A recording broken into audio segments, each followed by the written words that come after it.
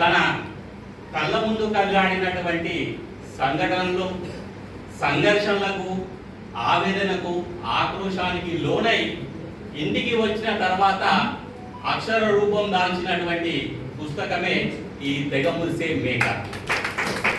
మార్చి 1 రోజు Hyderabad Basheerbagh press club లో పుస్తకావిష్కరణ కార్యక్రమానికి నేను మా మిత్రులు వెళ్ళినప్పుడు తన కవితలు, రచనలు ఏ విధంగా ఉన్నాయి ఒకసారి మరి ఇంటికి వచ్చిన తర్వాత చూద్దాము అంటే నేను హైదరాబాద్ నుంచి ఎల్లారెడ్డిపేట వచ్చేసరికి మిడ్-నైట్ 1:30 అయింది.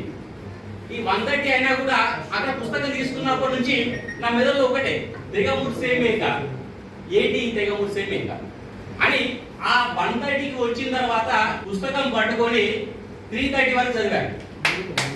ఇందులో మొత్తం 52 కవితలు, రచనలు, దాంట్లో 9 చిరు కవితలు ముద్రింపబడి ఉన్నాయి.